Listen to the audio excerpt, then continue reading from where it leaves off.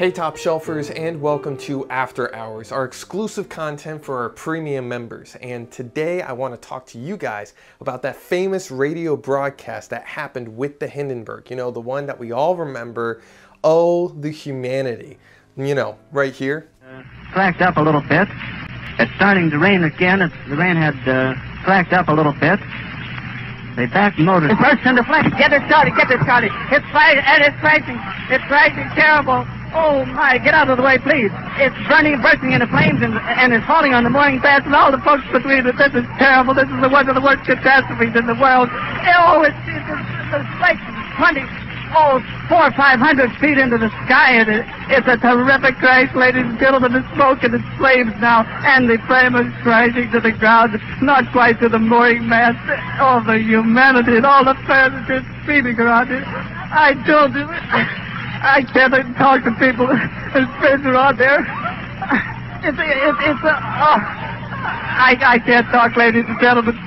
Honest, it's just laying there, a massive smoking wreckage.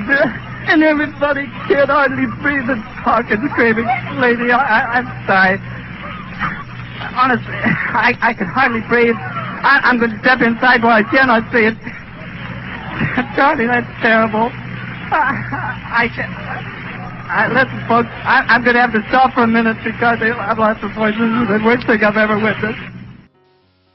That incredibly iconic broadcast that we all just heard right there, I think everybody kind of knows it in some way, shape, or form when referring to the Hindenburg. We always remember those words with that video, but there's a couple of amazing things that many people don't know about that video. One is the fact that the video and the recording weren't combined together for almost a decade after it was initially shot. Those two were not actually combined when people started to see it. So you weren't seeing it in movie theaters with that famous words next to the famous videography going on at the same time.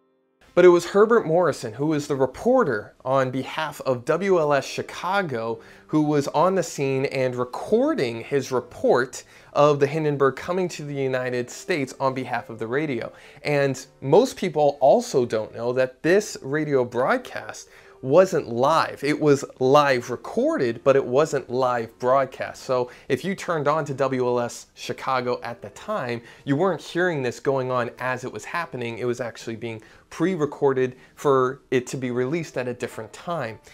And as this is going down, Herbert Morrison is a seasoned vet of a reporter, and he's very composed with a very good way of being able to describe situations and handle himself. And seeing that tragedy unfold before his very eyes, you can see and hear the emotion that is being evoked from his voice as the first signs of fire begin at the tail end of the ship, and it begins to dip down with the deflation of the hydrogen that's inside, and finally it hits the ground, and fireball just starts to consume the entire ship, and the whole tragedy is happening in seconds, and you can just hear all the loss, the shock, the awe of the entire thing going down in his voice. It's truly remarkable to hear.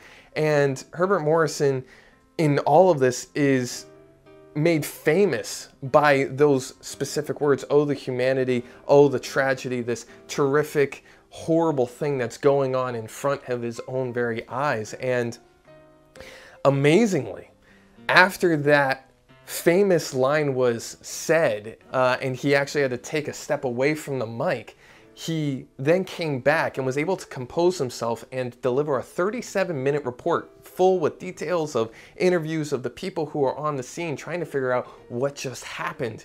And he came to the conclusion with many others on the theories right after the moment of a static electric discharge, which is the prevailing theory, or at least the top theory, of what caused the Hindenburg disaster. And we have to think to ourselves, how is it that a pre-recorded broadcast of this incredibly tragic event, how did this become viral if it wasn't broadcast live? And how did it get out to the people? Much like, TikTok or any other viral video that goes online in the internet today, it's pre-recorded and then it's just shared on big platforms with large reach. Well, the same thing kind of happened here, just in the 1930s sense. Let's remind ourselves, this is the golden age of radio from 1930 to 1955. So everybody had a radio in their house for news, for entertainment, for broadcasts of all different types of subjects. And so radio was king, to say the least. And when Herbert Morrison's broadcast was taken back to Chicago, they were actually released for the first time ever on NBC Red in the morning and NBC Blue in the afternoon. And when I say first time ever, I'm referring to the fact that NBC, for the first time, actually took a pre-recorded broadcast and put it on their live broadcast show. Much of their philosophy at the time was a live broadcast, but this was recorded. And from NBC's reach, it exploded throughout the United States, and people started to understand and remember those iconic words in that incredible broadcast brought by Herbert Morrison. And it's truly impressive and amazing and so emotional to hear his broadcast today and to understand the impact of it all. And it all started with what was essentially going to be a pre-recorded broadcast on this hopefully incredible thing, this new and interesting way of traveling through the air that just ended in tragedy and effectively at the same time ended the airship altogether.